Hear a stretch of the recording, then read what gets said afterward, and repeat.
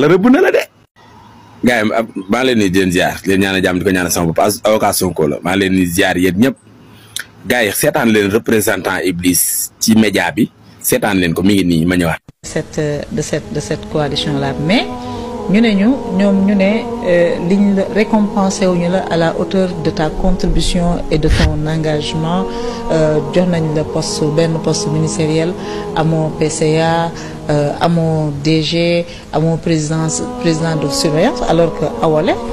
le parti Awalé de Abdourahmane Diouf nommé nañu 2 de ses membres il y a 2 semaines te Abdourahmane bi ñu recalé candidature am ci la ñëw ci coalition Diomaye président. ma nga ñuy jaxase nag te jéem nañoo jaxase président Sonko ak président Diomaye barki démb la leen teg seen ànd nee na leen du sotti seet leen leneen lu ngeen def léegi nee nañu dañuy jaxase ministre yi ak président Diomaye allié yi maanaam.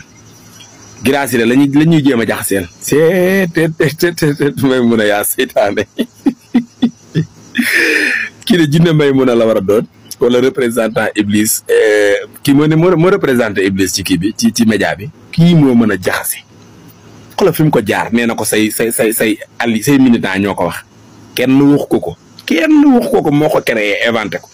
tolloole ko dajale ko ba mu jub nag mu teg ko mu ne ko mbatt ci taabal ci teg ko yaa ñàkk jom yaa bon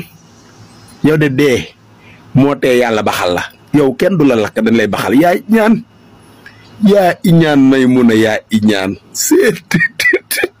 xool bii xeetu degré wu mën a fen ak mën a jaxase boo ko gisee mun a weew di mel ni xale te moom mag Ismaïla Yacine